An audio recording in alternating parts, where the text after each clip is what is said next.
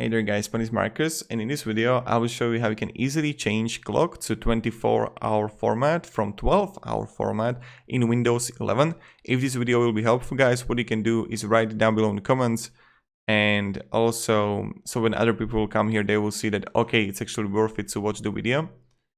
So what you want to do is go to the bottom and click on the search here and write in the search control panel. Now then view by, you're gonna see the large icons here, that's what you want to click on. And then you're gonna have the clock and region here, but you want to have, let's go to category. Click on the category, okay.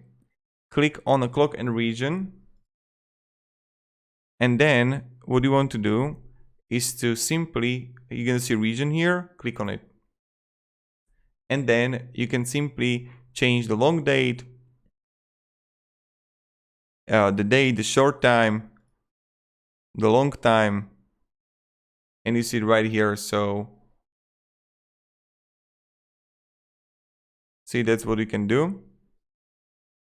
And format English, so that's something you can do too. And this is pretty much it, how you do it, and you can play around it and which format you want. And yeah, thank you very much guys for watching, and have a great day, and goodbye. See ya.